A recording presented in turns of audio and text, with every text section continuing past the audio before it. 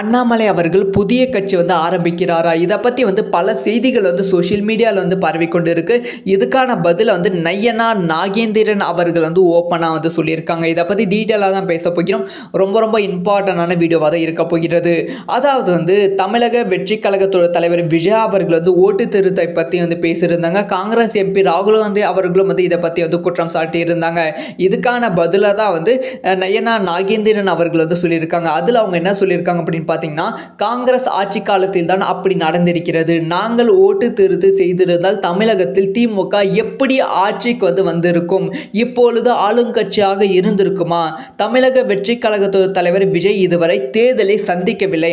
ஆனால் அரசியலுக்கு வந்தவுடன் ஆட்சிக்கு வந்து விடுவோம் என்று நினைக்கிறார். தமிழக மக்கள் எதை வைத்து அவருக்கு வாக்களிப்பார்கள்? தமிழக பாஜக முன்னாள் தலைவர் அண்ணாமலை பாஜகவில் தான் இருக்கிறார்.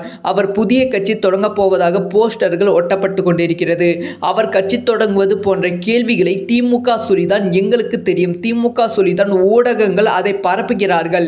அண்ணாமலை புதிய கட்சியை தொடங்கவில்லை அப்படிங்கிற விஷயத்தை நயனா நாகேந்திரன் அவர்கள் ஓப்பனா சொல்லியிருக்காங்க.